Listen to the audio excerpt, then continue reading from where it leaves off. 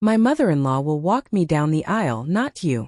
You're not even half the woman she is, my son Daniel said when I offered to escort him at his wedding rehearsal. I stood up calmly from my chair in the back row. Perfect. Then she can take over your $1 million debt payments instead. The bride's face went white as Daniel's jaw dropped to the floor. If you're watching this, subscribe and let me know where you're watching from. Let me tell you how we got to this moment. Because 3 hours ago, I was still playing the role of the grateful mother, quietly writing checks and swallowing insults. My name is Margaret Sullivan. I'm 64 years old, and I've apparently been funding my son's elaborate lie for 2 years without realizing it. The Whitmore family mansion was buzzing with wedding preparations when I arrived that Friday evening. Crystal chandeliers cast rainbow patterns across marble floors. Imported orchids filled every corner, and servers in crisp white uniforms moved like synchronized dancers through rooms larger than my entire apartment. Everything screamed money. Real money. Old money, the kind my late husband Frank and I never had during our 38 years of marriage, despite working ourselves to the bone at the steel plant and the hospital. Mrs. Sullivan. Patricia Whitmore glided over in her designer gown. Something that probably cost more than my monthly Social Security check. She air-kissed near my cheek with practiced precision. You must be so proud. Daniel has built such an impressive portfolio company. Chelsea's father is absolutely fascinated by his investment strategies. I smiled politely, though something cold settled in my stomach like swallowed ice. Investment strategies. My Daniel worked at Henderson Marketing, a mid-level firm downtown, making decent but hardly impressive money. $52,000 a year to be exact. At least that's what I thought. Oh yes, I managed, my voice steadier than my suddenly racing heart. He's always been ambitious. The yacht club is already talking about his membership application, Patricia continued, her diamonds catching the light as she gestured. Young entrepreneurs like Daniel are exactly what they need. Fresh blood, new ideas, substantial assets. Yacht club, substantial assets. My Daniel, who 3 months ago called me crying because his car needed a $500 transmission repair he couldn't afford. The same Daniel who'd been eating dinner at my apartment twice a week because grocery money was tight. That's when Chelsea appeared, practically floating down the curved staircase in her 1,000 rehearsal dress. Pale blue silk that probably cost more than most people spent on their actual wedding gowns. Mother Margaret, she squealed, using the nickname that always made my teeth itch like fingernails on a chalkboard. I can't wait for you to see the surprise Daniel arranged for tomorrow. The ice sculpture alone costs more than most people's cars. My hands went cold despite the warm spring evening. Daniel had been asking me for temporary loans for months. Small amounts, he always said, emergency business investments that would pay off big within weeks. Car repairs that couldn't wait. A security deposit for a better apartment. I'd written the checks because that's what mothers do, right? You help your children succeed, especially when they're all you have left in the world. But ice sculptures that cost more than cars, yacht clubs with membership fees, $1 million debt. That's when the rehearsal director, a stern woman with a clipboard and the authority of a military general, called everyone to places for the walkthrough. And my carefully constructed world began crashing down with 8 simple words that revealed everything I'd been too blind, too trusting, too stupidly loving to see. 3 hours earlier, I'd been arranging flowers in my small apartment. Daisies from the corner grocery store. Nothing fancy but cheerful. Proud that my son had found love with such a successful woman. Chelsea Whitmore came from old money, the kind of family that owned banks instead of borrowing from them. Had trust funds instead of maxed out credit cards. Her father, Robert, controlled a real estate empire worth hundreds of millions with properties from Manhattan to Miami. Daniel's doing so well for himself. I told my neighbor Mrs. Henderson that morning while watering the tomato plants on my tiny balcony. Finally found a woman who appreciates his drive and ambition. What I didn't know was that Daniel had been spinning an intricate web of lies for 2 years, each thread more elaborate than the last. It started when he met Chelsea at an upscale charity auction for children's cancer research, one he'd attended using a borrowed Armani suit and fake business cards claiming he owned Sullivan Investment Group, boutique financial services. The first loan came 6 months into their relationship, delivered with his most charming smile and that boyish apologetic look that had gotten him out of trouble since childhood. Mom, I need $2,000 for a business dinner with potential investors. Really important clients flying in from Chicago. I'd written the check without a single question. Proud that my boy was networking with serious money people. A week later came the call. Emergency equipment purchase for the office. Can you cover $3,500? The lease on our copier system fell through and we need to close a deal this week. Then $5,000 for a temporary cash flow issue while we wait for a client payment. Each request came with detailed explanations that sounded so professional, so legitimate. Over 18 months, I'd given Daniel nearly $75,000 from my modest retirement savings. Money Frank and I had scrimped and saved for decades, cutting coupons and skipping vacations and buying generic brands at the grocery store. Money that was supposed to last me through my golden years, pay for medications, and maybe a small nursing home if I couldn't manage alone. Each time, Daniel promised quick repayment with enthusiasm that seemed genuine. The investment will triple by Christmas, Mom. You'll get everything back plus 20% interest. But Christmas came and went without a word about repayment. Then Easter when I dropped hints about needing some money returned. Then my birthday in June, which Daniel forgot entirely because he was too busy planning his engagement to a woman who thought he was wealthy enough to afford her lifestyle. The Whiters are impressed by Daniel's business acumen. Chelsea had gushed during our first dinner together at an expensive steakhouse downtown. Daddy says anyone who can build a successful company from nothing at Daniel's age has real entrepreneurial vision. I'd smiled and nodded, assuming she meant his marketing job at Henderson and Associates. But Daniel had been showing her fabricated financial statements, driving rented BMW and Mercedes vehicles for their dates, and paying for expensive dinners and weekend getaways with credit cards that were already maxed out and accumulating interest at 28% annually. The engagement ring alone cost $45,000, a 3-carat diamond from Tiffany that sparkled like captured starlight. Money he didn't have. Money he'd borrowed against future earnings that didn't exist. Money that would eventually trace back to my steadily emptying bank account and my dwindling future security. But I didn't know any of this 3 hours ago when I was carefully ironing my best navy dress for the rehearsal dinner, the one I'd bought for Frank's funeral 3 years ago. I was just a proud mother whose son had finally found happiness and success, about to discover that my son's happiness was built on a foundation of lies that would destroy multiple lives, starting with mine. The wedding venue was the Grand Bellamy Hotel, a place I'd only seen in magazines featuring America's most luxurious destinations. 5-star accommodations where heads of state stayed, where movie stars held private parties, where regular people like me could barely afford to park in the valet lot. Marble floors polished to mirror perfection, gold fixtures that probably cost more than my annual income, and a ballroom that could hold 300 guests comfortably with room for a full orchestra. The rehearsal dinner alone cost more than I'd made in 6 months as a registered nurse before retiring. I knew because I'd overheard Patricia Whitmore mentioning the catering bill to her sister. $43,000 for one evening. One evening that would feed the same amount of people I used to serve at the church soup kitchen for an entire year. Daniel spared no expense, Robert Whitmore told the gathering during cocktails, his voice carrying the confidence of a man who'd never had to check his bank balance before making a purchase. A man who invests in quality knows its true value. That's the mark of authentic success, not the flash-in-the-pan wealth you see these days.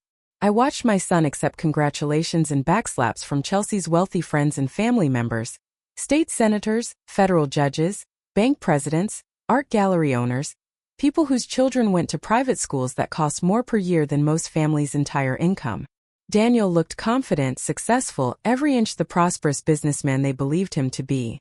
His posture was different, his smile more assured. Even his handshake seemed firmer than usual. But I knew Daniel. I'd raised him alone after Frank died 3 years ago, worked double shifts to pay for his college education, celebrated every small victory, and consoled him through every setback. This wasn't my hard-working, struggling son who called me when his electricity was about to be shut off. This was someone playing a role and playing it convincingly well. Mrs. Sullivan, a distinguished man with silver hair and a Rolex that could finance a small car, approached me during the appetizer course. I'm James Morrison, Robert's personal attorney and financial advisor. I wanted to personally thank you for raising such an enterprising young man. The prenuptial arrangements show he's bringing substantial assets to this marriage. Prenuptial arrangements? Assets? My Daniel, who'd been living paycheck to paycheck since graduating college 7 years ago. The same Daniel who'd asked me to co-sign his lease renewal last year because his credit wasn't quite good enough. I'm sorry. What specific assets? I asked carefully, keeping my voice neutral despite my racing heart. James looked confused, his eyebrows drawing together in the way people do when they think they've misunderstood something obvious. The investment portfolio, the business holdings, the commercial properties. Surely you're aware of your son's financial position. The documentation shows nearly $2 million in combined assets. The champagne glass nearly slipped from my suddenly nerveless fingers. $2 million. Daniel had asked me for $40 grocery money last month, claiming his paycheck was late due to a banking error. He was driving a 12-year-old Honda Civic with 180,000 miles and a broken air conditioner that he couldn't afford to repair. Excuse me, I managed, setting down my glass and making my way toward the restroom on unsteady legs that felt like they might give out at any moment. In the marble-appointed bathroom that was larger than my entire kitchen, I called Daniel's number with shaking fingers. It went straight to voicemail. That generic recording that meant he was probably screening calls. I tried texting. We need to talk right now. Emergency. 20 minutes later, he found me in a quiet corner of the hotel lobby, sitting in a velvet chair that probably cost more than my monthly rent. Mom, you look pale. Everything okay? You're not having chest pains or anything, are you? Daniel? I kept my voice steady through sheer force of will. Mr. Morrison mentioned your assets, your portfolio, your commercial properties. I think there's been some serious confusion here. His face went white, then flushed red like he was running a fever. Mom, I can explain. Can you? Because I'd love to hear how you went from asking me for rent money 6 months ago to having $2 million in assets. Daniel's eyes darted around the lobby, checking for eavesdroppers or familiar faces. The lobby was busy with hotel guests coming and going, but no one was paying attention to us. It's complicated. The business has been growing faster than I expected. I didn't want to worry you with all the details while you were still grieving Dad. What business? Daniel, you work for Henderson Marketing making $52,000 a year. I've seen your tax returns. That's not exactly accurate anymore. I could see the lies unraveling in real time, written across his face like subtitles in a foreign film. The desperate calculation of a man trying to decide which version of the truth would cause the least immediate damage while buying him the most time to figure out his next move. Daniel, I said quietly, my voice carrying the same tone I'd used when he was 7, and I'd caught him stealing candy from the corner store. I need the truth. All of it right now. He looked around the hotel lobby frantically, his eyes tracking every person who walked past our secluded corner. Businessmen with expensive briefcases, couples dressed for dinner, hotel staff moving with quiet efficiency. Mom, can we please not do this here? Chelsea's family thinks you're worth $2 million. Are you? The silence stretched between us like a chasm opening in the earth. I could hear the distant sounds of the rehearsal dinner continuing without us. Laughter, clinking glasses, the string quartet playing something classical and soothing.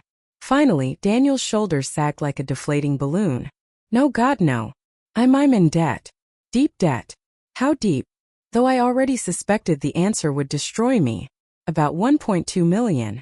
The number hit me like a physical blow, like someone had punched me in the solar plexus and knocked all the air from my lungs. I gripped the arm of the velvet chair to steady myself, my knuckles going white with the pressure. Million. Daniel, what have you done? It started small, he whispered, glancing toward the ballroom where his rehearsal dinner was continuing without us, where Chelsea was probably wondering where her fiancé had disappeared to. I met Chelsea at that charity auction 18 months ago. She's incredible, Mom. Beautiful, smart, from this amazing family with connections everywhere, but she's used to a certain lifestyle. So you lied to her. I enhanced the truth initially. Said I had my own investment company, that I was building something special. It was supposed to be temporary, just until I could actually build something real, something worthy of her. I stared at my son, seeing him clearly for perhaps the first time in years. Not as the struggling young man I'd been trying to help, but as a stranger who'd been manipulating me with the skill of a professional con artist. The money you borrowed from me, all those emergency loans. Where did it really go? Keeping up appearances, Dinners at restaurants where the wine costs more than most people spend on food in a month. Weekend trips to the Hamptons, Charleston, Napa Valley, the engagement ring from Tiffany. Chelsea expects nice things, and her family was watching every move I made to see if I was worthy of their princess. And you thought the solution was to pretend to be someone you're not. I thought I could make it work. I've been applying for better positions, looking for investors who might be interested in my ideas. If I could just buy enough time to build something real. Time for what? To accumulate more debt. Daniel, where did the $1.2 million come from? His face crumpled like wet tissue paper. Credit cards initially, then personal loans from multiple banks using fake employment verification. Business loans using fabricated documentation about Sullivan Investment Group. I may have used your address and credit information as co-collateral on some of the larger amounts. The world tilted sideways. Everything in my field of vision seemed to blur except for Daniel's face, which suddenly looked like a stranger's. You used my credit, my house. Daniel, what have you done to me? I'm sorry, Mom. I was desperate. I thought if the wedding went through, if I became part of the Whitmore family business empire, Robert could help me get a real executive position, something that would let me pay everything back with interest. You were planning to scam your way into their family business. It's not a scam. I love Chelsea more than life itself. I'd be good for their company. I have ideas and vision. I just needed a chance to prove myself without the burden of my background. Your background? You mean reality? You don't understand what it's like, Mom. These people live in a different world. They summer in the Hamptons and winter in Aspen. They've never worried about money. Never had to choose between groceries and medication. Never had to work 2 jobs just to survive. I wanted to give Chelsea the life she deserves by lying to everyone, including me. How long before Chelsea discovers the truth? Daniel's face went pale as marble as she can't. If she finds out before the wedding ceremony, it's over. The Whiters will destroy me. They have teams of lawyers, private investigators, connections with federal authorities.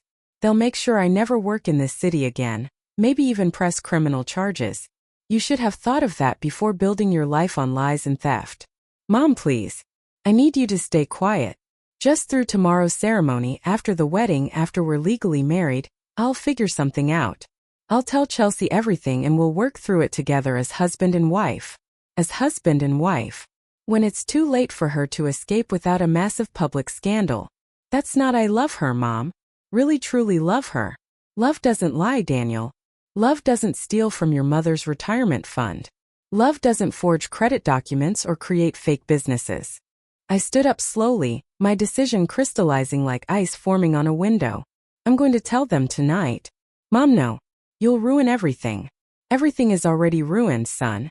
The question is whether we're going to let an innocent family get destroyed by your lies. That's when we heard familiar voices approaching. Chelsea's melodic laughter mixed with her mother's cultured tones, and Daniel's expression transformed from panic to something much darker, much more desperate. If you say anything, he whispered with a coldness that chilled me to the bone. I'll deny everything. I'll tell them you're confused, possibly suffering from early dementia like Grandma did. Who do you think they'll believe? A successful businessman or a lonely widow who might be losing her mind? Daniel's threat hung in the air between us as Chelsea's voice grew closer. My son, the boy I'd raised to value honesty and integrity, was preparing to destroy my credibility to protect his lies. There you are. Chelsea appeared around the corner, radiant in her rehearsal dress. We were wondering where the groom disappeared to. And Mother Margaret, you look a bit pale. Are you feeling all right? I looked at my son, whose eyes held a warning, then at Chelsea, so trusting and happy. Just a bit tired, dear. It's been an exciting day. Well, come on. Daddy wants to make the toast, and we can't start without the mother of the groom. Chelsea linked her arm through mine, leading us back to the ballroom. The rehearsal dinner was a symphony of crystal glasses, soft music and quiet conversation among people who'd never worried about money a day in their lives. I found myself seated at a table with the Whitmore family's closest friends, a federal judge, a bank president, and a woman who owned half the art galleries in the city. Margaret, the judge's wife, smiled warmly. You must be so proud. Daniel's company has such an impressive track record. Robert was telling us about the downtown development project. Development project? I glanced at Daniel, who was deep in conversation with Robert across the room. What other lies had he invented? He's always been ambitious, I managed. Ambitious and successful, the bank president added. I reviewed his financial portfolio personally when he applied for membership at the club. Very impressive diversification for someone his age. My heart pounded. The club? The Harbor Club. Exclusive membership, but Robert sponsored him. Young entrepreneurs of Daniel's caliber are exactly what we need to maintain the club standards. The Harbor Club? Annual dues of $50,000, membership fees that required a net worth verification. All based on fake documentation my son had somehow created. That's when Robert Whitmore stood up, tapping his champagne glass for attention. Friends, family. Welcome to what I hope is the first of many celebrations for our children. Daniel, please stand. My son rose, looking every inch the successful businessman in his tailored suit. Confident, charming, a complete lie. When Chelsea first told us about Daniel, Robert continued, I did what any protective father would do. I had him investigated. My blood went cold. Investigated? Daniel's face had gone pale, but he maintained his smile. What I found impressed me greatly. A young man who built a successful investment firm from nothing, who managed to accumulate substantial assets while maintaining the kind of integrity that's rare in today's business world. The room erupted in gentle applause. I watched Daniel accept congratulations, his relief evident. Robert's investigation had somehow missed the truth. Or Daniel's lies were more sophisticated than I'd imagined. However, Robert raised his hand for silence. There was one small discrepancy in the financial records. The applause died. Daniel's smile faltered. Nothing concerning, Robert assured the room. Just a matter of some loan documentation that seems to show unusual co-signatory arrangements. But I'm sure it's simply a clerical error that can be resolved after the honeymoon. I felt the room spinning. Co-signatory arrangements, my credit, my name on loans I'd never seen or signed. That's when I realized the true scope of Daniel's deception. He hadn't just lied about having money. He'd stolen my financial identity to create his fake empire. And tomorrow, when the Whitmore family attorneys dig deeper into those clerical errors, they're going to discover that their future son-in-law is not just broke, he's a criminal. But first they're going to come after me. The rest of Robert's speech passed in a nightmarish blur of polite applause and congratulatory toasts that felt like nails being hammered into my coffin. I smiled and nodded at appropriate moments, but my mind was racing through the terrifying implications of what I just learned. Daniel had used my personal information, my social security number, my credit history, my home as collateral to secure fraudulent loans, quite possibly making me legally responsible for his $1.2 million mountain of debt. After dinner, as guests moved toward the hotel's elegant bar for after-tea drinks and continued socializing, I managed to corner Daniel in the hallway outside the men's restroom. The corridor was quieter here, decorated with oil paintings of sailing ships and antique maritime instruments that probably cost more than most people's cars. We need to discuss those co-signatory arrangements your future father-in-law mentioned, I said quietly, my voice steady despite the panic clawing at my chest. Daniel wouldn't meet my eyes, instead studying the intricate pattern in the Persian carpet beneath our feet. Mom, it's complicated, uncomplicated right now. Before I march back into that room and tell everyone exactly what kind of man their precious Chelsea is about to marry. He looked around frantically to ensure we were alone, then stepped closer and lowered his voice to barely above a whisper. Some of the larger loans required a co-signer with established credit history and property ownership. Your credit score has always been excellent and you own your house outright. It made the application stronger. You forged my signature on loan documents. The words came out flat, emotionless because the alternative was screaming. I was desperate. The Whitmore family does extensive background checks on everyone Chelsea dates seriously. If they'd discovered I was broke, living paycheck to paycheck, it would have been over before it started. It is over, Daniel. When their lawyers investigate those discrepancies Robert mentioned, they're going to find fraud, identity theft, federal crimes. We're both going to be destroyed, but you're going to prison. No, we won't. Listen to me, Mom. I've got a plan. Your plans are what created this disaster in the first place. After the wedding ceremony tomorrow, once Chelsea and I are legally married, I'll confess everything to her privately. Tell her I got in over my head trying to impress her family, that I made some poor financial decisions, but nothing that can't be fixed with time and effort. And the debt, the forged documents, the criminal fraud. The Whites have more money than they could spend in 10 lifetimes. Robert might even admire my initiative, my determination to better myself for his daughter's sake. I stared at my son in complete disbelief. You think he's going to admire criminal fraud? I think he's going to want to protect his daughter from public scandal, a quiet financial settlement, a structured payment plan, maybe even a legitimate position in one of his companies where I can actually earn my way to the success I claim to have. You're completely delusional. I'm being realistic. There's a difference. Rich people don't call the police over money problems. They call lawyers and accountants and make problems disappear quietly. That's when Chelsea appeared at the end of the hallway, slightly unsteady from champagne and glowing with happiness. What are you two plotting over here? Secret mother-son wedding conspiracies. Daniel's demeanor changed instantly, his arms sliding around her waist as he transformed back into the charming, successful businessman. Just making sure Mom knows how grateful I am for everything she's done for us over the years. Your mother is absolutely wonderful. Chelsea smiled at me with genuine warmth. Daddy was just telling his attorney friends how impressed he is with your family values. Raising such a successful son as a single mother after your husband passed away. He says that takes real character and strength. Daniel's father would be very proud. I managed to say, though the words felt like broken glass in my throat. What I didn't add was that Frank would have dragged our son to the police station personally before letting him destroy an innocent family with his lies. Well, I should get back upstairs and try to get some beauty sleep. Chelsea kissed Daniel's cheek softly. Big day tomorrow.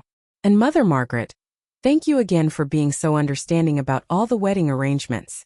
I know traditional mothers sometimes want to be more involved in every detail, but Daniel explained how you prefer to let us young people handle everything ourselves. Understanding about arrangements? I looked at Daniel sharply, noting how he was suddenly very interested in straightening his tie. What specific arrangements, dear? Oh, the seating charts, the processional order, all that complicated family protocol stuff.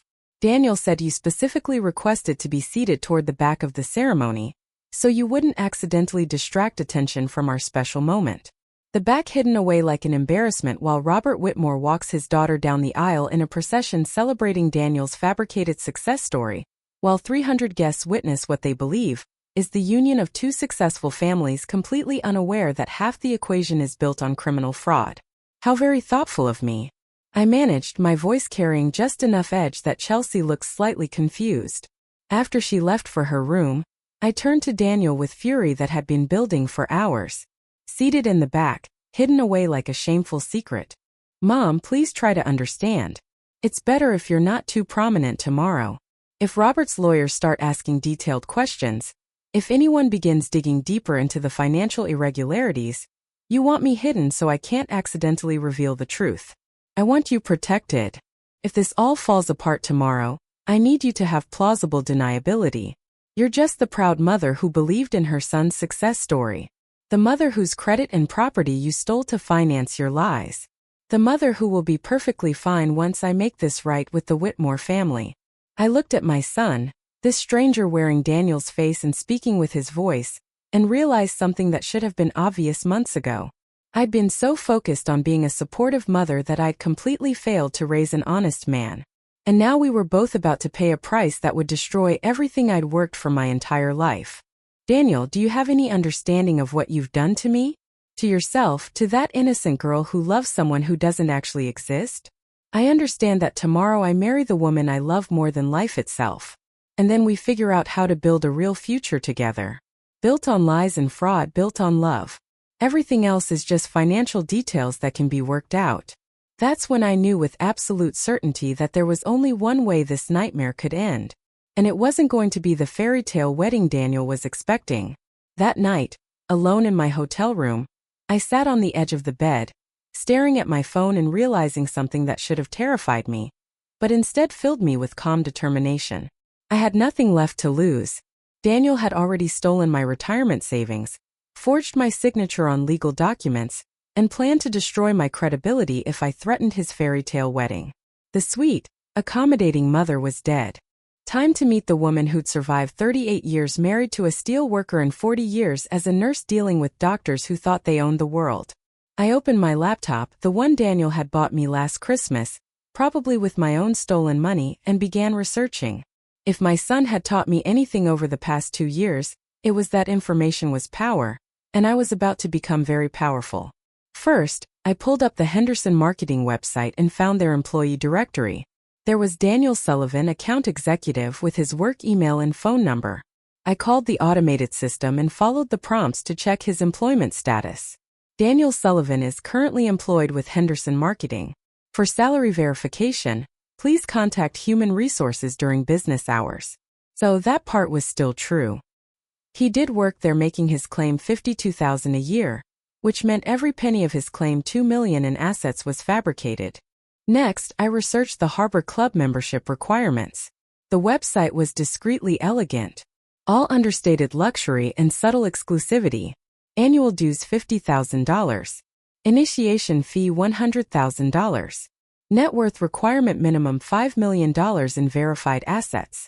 Background check required, including credit report, tax returns, and bank statements going back 3 years. Daniel had somehow convinced these people he was worth $5 million. The sheer audacity was almost impressive. But the most interesting discovery came when I searched for Sullivan Investment Group online. There was indeed a company by that name registered 18 months ago with the State Business Bureau. The address listed was my apartment. The registered agent was Daniel Sullivan. And according to the filing documents, the company's assets were listed as proprietary investment portfolio valued at $2.1 million. My son hadn't just lied about being wealthy. He'd created an entire fake company using my home address and filed legal documents claiming millions in assets that didn't exist. Federal fraud, multiple felonies, and enough evidence to send him to prison for 10 to 15 years. I should have been terrified for him. Instead, I felt something I hadn't experienced in months. Control. At 2 a.m, I made my first phone call. Henderson Marketing Night Security. This is Dave. Hi, Dave. This is Margaret Sullivan, Daniel Sullivan's mother. I'm so sorry to bother you this late, but there's been a family emergency and I need to reach Daniel. His phone is going straight to voicemail. Oh no. I hope everything's okay. But ma'am, Daniel isn't here. Actually, he's been out all week on vacation. Getting married this weekend, I think. Right. Of course. Silly me. I'm just worried about the family situation. Dave, you've been so helpful. Can you tell me, has Daniel seemed stressed lately about work? Any financial pressures or problems I should know about? Well, I probably shouldn't say this, but between you and me, Mrs. Sullivan, Daniel's been having some trouble. He's behind on a few big accounts, and there was some issue with an expense report last month. Nothing too serious, but Mr. Henderson had to have a talk with him. Thank you, Dave. You've been very kind. My second call was to the Grand Bellamy Hotel's night manager. This is Margaret Sullivan. I'm a guest in room 412. I'm the mother of the groom for tomorrow's wedding, and I've discovered some concerning information about the payment arrangements. How can I help you, Mrs. Sullivan? I need to know who's financially responsible for tomorrow's charges, the entire event, ceremony, reception, everything. Let me check. Yes, the account shows Mr. Daniel Sullivan as the primary contact with Mr. Robert Whitmore as the secondary authorized party for any additional charges. And the current balance owed, the final payment of $47,000, is scheduled to be charged to Mr. Sullivan's account tomorrow morning. $47,000 that Daniel didn't have, being charged to credit cards that were probably already maxed out. By tomorrow afternoon, those charges would be declined. The hotel would demand immediate payment, and the Whitmore family would discover that their son-in-law-to-be couldn't afford the wedding he'd planned. But I wasn't going to wait for that slow-motion disaster because I just realized something beautiful. I had the power to control exactly when and how this house of cards collapsed. And I was going to make sure it happened in the most public, humiliating way possible. Time for Daniel to learn what happens when you steal from your mother. The morning of the wedding dawned clear and bright with the kind of perfect weather that makes people believe in fairy tales and happy endings. I woke up at 5:30 alert and energized in a way I hadn't felt in years. Today was going to be interesting. I ordered room service, eggs Benedict and fresh fruit, charged to Daniel's account naturally, and ate while reviewing the notes I'd taken during my late-night research session. By 7:00 a.m., I was dressed in my best navy suit, the one I'd been saving for special occasions. This definitely qualified. My first stop was the hotel's business center, where I printed out several documents I'd prepared. Daniel's employment verification from Henderson Marketing, the business registration for Sullivan Investment Group showing my apartment as the company address, and a credit report I'd pulled on myself showing all the fraudulent loans Daniel had taken in my name. My second stop was more delicate. I knocked on Robert Whitmore's suite at exactly 8 a.m. Margaret. He opened the door in his silk robe, looking surprised but pleased. "You're up early. Wedding day excitement." Something like that. "Robert, I'm sorry to bother you, but I've discovered some information about Daniel that I think you need to see before the ceremony." His expression immediately became serious. "Of course. Come in." The Whitmore suite was larger than my entire apartment with floor-to-ceiling windows overlooking the harbor and furniture that belonged in a museum. Robert gestured for me to sit while he poured coffee from a silver service. "What's this about, Margaret?" I handed him the printed documents. "I'm afraid Daniel hasn't been entirely honest about his financial situation." Robert's face went through several emotions as he read. Confusion, concern, and finally a cold anger that reminded me why successful businessmen were not people you wanted to cross. "These loan documents show your name as co-signer without my knowledge or consent. I discovered last night that Daniel has been using my personal information to secure fraudulent loans totaling over $1 million. Margaret, are you certain about this? I've spent the entire night verifying every detail. The Sullivan Investment Group is a shell company registered to my apartment. Daniel works at Henderson Marketing making $52,000 a year. Everything else, the portfolio, the assets, the business success, it's all fabricated." Robert set down the papers with the careful control of a man fighting to contain his fury. "Do you understand what you're telling me? That my daughter is about to marry a criminal? I'm telling you that my son has committed multiple felonies and implicated me in federal fraud charges. But more importantly, he's lied to your daughter about everything. Who he is, what he has, what kind of life he can provide. Why are you bringing this to me instead of going to the police?" I met his eyes directly. "Because Chelsea deserves to hear the truth before she makes a decision that will destroy her life. And because you have the power to handle this quietly without destroying her reputation along with his." Robert was quiet for a long moment, processing the implications. "What do you want me to do?" "I want you to give me 30 minutes alone with Daniel before the ceremony. Let me try to convince him to tell Chelsea the truth himself. And if he refuses, then I'll tell her myself." In front of everyone, Robert's smile was cold and predatory. "Margaret, I think I've been underestimating you. Most people do. It's one of my advantages." He stood up. "Suddenly all business. I'll arrange for Daniel to meet you in the hotel manager's office at 10:30. The ceremony isn't until noon, so you'll have privacy and time." "Thank you, Robert. Don't thank me yet. If your son has defrauded my family, I'll make sure he faces the full consequences of his actions." I gathered my documents and headed for the door. I wouldn't expect anything less. As I walked back to my room, I felt a strange lightness in my chest. For the first time in 2 years, I wasn't the victim in this story. I was the one with the power to choose how it ended. And I'd already decided exactly what Daniel's ending was going to look like. At 10:25, I was sitting in the hotel manager's office when Daniel walked in wearing his wedding tuxedo. He looked handsome and confident. Every inch the successful groom about to marry the woman of his dreams. That was about to change. "Mom, what's this about? Robert said you needed to see me urgently, but Chelsea's getting ready and I have photos in 20 minutes. Sit down, Daniel." Something in my tone made him pause.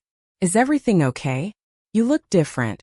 I spent last night doing research about Sullivan Investment Group, about your employment status, about the loan documents you forged with my name." I spread the papers across the manager's desk like a poker player revealing a winning hand. Daniel's face went white. "Mom, I can explain. No more explanations. No more lies. Here's what's going to happen. You're going to walk upstairs right now and tell Chelsea everything. The real numbers, the fake company, the forged documents, all of it." "I can't do that. The wedding starts in an hour. There are 300 guests downstairs. The reception is paid for. The reception that you can't afford. The $47,000 final payment that's going to be declined when they run your credit card this afternoon." Daniel slumped into the chair like a punctured balloon. How did I know everything, Daniel, including the fact that you've committed multiple federal crimes that could send you to prison for 15 years? Mom, please give me a chance to make this right after the wedding. Once Chelsea and I are married. Once you're married, you'll have destroyed her life along with yours. Robert Whitmore doesn't forgive people who lie to his family, and he definitely doesn't forgive people who defraud them. What do you want me to do? Humiliate myself in front of everyone? Destroy my relationship with the only woman I've ever loved? I leaned forward, my voice gentle but implacable. I want you to be the man your father would have been proud of. Tell the truth, face the consequences, and give Chelsea the choice you should have given her from the beginning. Daniel was quiet for a long moment, staring at his hands. When he looked up, there were tears in his eyes. What if she leaves me? Then she leaves you. But at least she'll be making that decision based on reality instead of lies. And if I don't, if I go through with the wedding anyway, I stood up, straightening my jacket. Then I'll stand up during the ceremony and tell everyone exactly what kind of man Chelsea is about to marry. Daniel's face crumpled. You wouldn't do that to me. I wouldn't do it to the Daniel I raised. But that Daniel wouldn't have stolen from his mother to impress a woman with lies. Mom, please. You have 15 minutes to decide, Daniel. Tell Chelsea yourself or I'll tell everyone. I walked toward the door, then turned back. For what it's worth, I hope you make the right choice. It's not too late to be the man you should have been all along. I left him sitting there in his expensive tuxedo, surrounded by evidence of his crimes, finally facing the consequences of 2 years of lies. 15 minutes later, I was in the lobby when I saw Daniel getting into the elevator, heading up to Chelsea's bridal suite. 10 minutes after that, I heard the screaming start. The screaming from Chelsea's bridal suite could be heard 3 floors down. Hotel staff were discreetly ushering guests away from the elevator area. But the sound of a woman's voice raised in fury and betrayal was unmistakable. I was sitting in the lobby pretending to read a magazine when Robert Whitmore appeared at my elbow. His face was grim, but there was something like respect in his eyes. You gave him the chance to do the right thing, he said quietly. I did. What he chose to do with that chance was up to him. Chelsea's destroying her room. 3 bridesmaids are crying. Daniel locked himself in the bathroom. I folded my magazine calmly. What happens now? Now I make some phone calls. My attorney is already reviewing the loan documents you provided.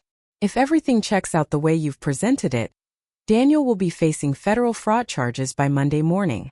And Chelsea, Robert's expression softened slightly. Chelsea will heal. She's stronger than people give her credit for. In 6 months she'll realize she dodged a bullet. I'm sorry this happened to your family, Robert. Don't be. You saved my daughter from making the biggest mistake of her life. If Daniel had gone through with this wedding, if she'd found out after they were married, he shook his head. The damage would have been irreparable. That's when the elevator doors opened and Daniel emerged looking like he'd been through a war. His tuxedo was wrinkled, his hair disheveled, and there were scratch marks on his cheek where Chelsea had apparently expressed her feelings about his deception. He saw me sitting in the lobby and walked over with the defeated posture of a man who'd finally run out of lies. She's not coming down, he said quietly. The wedding's off. I know. She called me things I didn't even know she knew how to say. I imagine she did. Daniel sat down heavily in the chair next to mine. Robert says they're pressing charges. Criminal fraud, identity theft, forgery. I could go to prison for 10 years. You committed crimes, Daniel. Criminal charges are usually what happens next. Aren't you going to say you're sorry? That you didn't want this to happen? I looked at my son, this stranger who'd stolen my money and destroyed my trust, and realized I felt something I hadn't expected. Relief. No, Daniel. I'm not sorry. You made choices that hurt innocent people, including me. You could have stopped this at any point in the last 2 years, but you chose to keep lying instead. So this is my punishment. Prison, losing Chelsea, having my life destroyed. This is the consequence of your actions. There's a difference. Daniel was quiet for a moment. What's going to happen to you? The loan documents with your name. Robert's attorneys are already working on that. Apparently, proving identity theft is relatively straightforward when you have a victim who's willing to cooperate with prosecutors. You're going to testify against me. I'm going to tell the truth about what you did to me. What you choose to call that is up to you. Daniel stood up slowly. I guess this is goodbye then. I guess it is. He started to walk away, then turned back. Mom, I really did love her. I know you did, Daniel, but love isn't enough when it's built on lies. I watched my son walk away, probably for the last time, and felt something unexpected. Peace. For 2 years, I'd been carrying the weight of his lies without knowing it. Now finally that weight was lifted. Time to figure out what the rest of my life was going to look like. 6 months later, I was sitting on the deck of my new cottage in coastal Maine, watching the sunrise over the Atlantic Ocean, and thinking about how much can change when you finally stop letting other people define your worth. The criminal trial had been swift and decisive. Daniel pleaded guilty to multiple federal fraud charges and was sentenced to 8 years in federal prison. The restitution order required him to pay back every penny he'd stolen, though since he had no assets, that was largely symbolic. The civil lawsuit was more interesting. Robert Whitmore's attorneys had pursued the case with the kind of relentless efficiency that only unlimited legal resources can provide. They'd recovered some of the stolen money by seizing Daniel's personal property and garnishing his wages for the next 20 years. But more importantly, they cleared my name completely from all fraudulent loan documents. The victim of identity theft bears no responsibility for debts incurred through criminal fraud. Robert's lead attorney had explained to me, "Your son will be paying for his crimes for the rest of his life, but you're free and clear." Free and clear. I liked the sound of that. The insurance settlement from my identity theft case had been substantial enough to buy this cottage outright. Something I'd never imagined owning. A place where I could wake up to ocean views and fall asleep to the sound of waves. Where no one needed anything from me except what I chose to give. Chelsea had sent me a card last month forwarded through Robert's office. She was engaged again, this time to a law school classmate she'd known for years. Someone who's exactly who he says he is, she'd written. "Thank you for saving me from a life built on lies." I'd heard through mutual acquaintances that Daniel had tried to contact me several times from prison, but I'd instructed the attorneys to decline all communication. There was nothing left to say. He'd made his choices and I'd made mine. My phone buzzed with a text from my neighbor, Mrs. Chun, who ran the village bookstore. "Tuesday book club meeting moved to Thursday. Hope you can still make it." I smiled, typing back. Wouldn't miss it. This was my life now. Book clubs and morning walks on the beach. Volunteer work at the local food bank and evening dinners with neighbors who liked me for who I was, not what I could do for them. A life where my worth wasn't measured by how much money I could lend, or how many problems I could solve for other people. The sun was fully up now, painting the sky in shades of pink and gold that took my breath away. I raised my coffee mug in a silent toast to Frank, who would have been proud of how this story ended. "Thanks for teaching me to stand up for myself, honey," I said to the ocean breeze. It just took me a while to remember how. My phone rang, startling me out of my peaceful moment. Unknown number but local area code. "Mrs. Sullivan, this is Detective Martinez with the state police. I'm calling about your son Daniel's case. There's been a development." My heart clenched. "What kind of development?" "We've discovered that your case wasn't isolated. Daniel was part of a larger fraud ring that victimized over 30 families.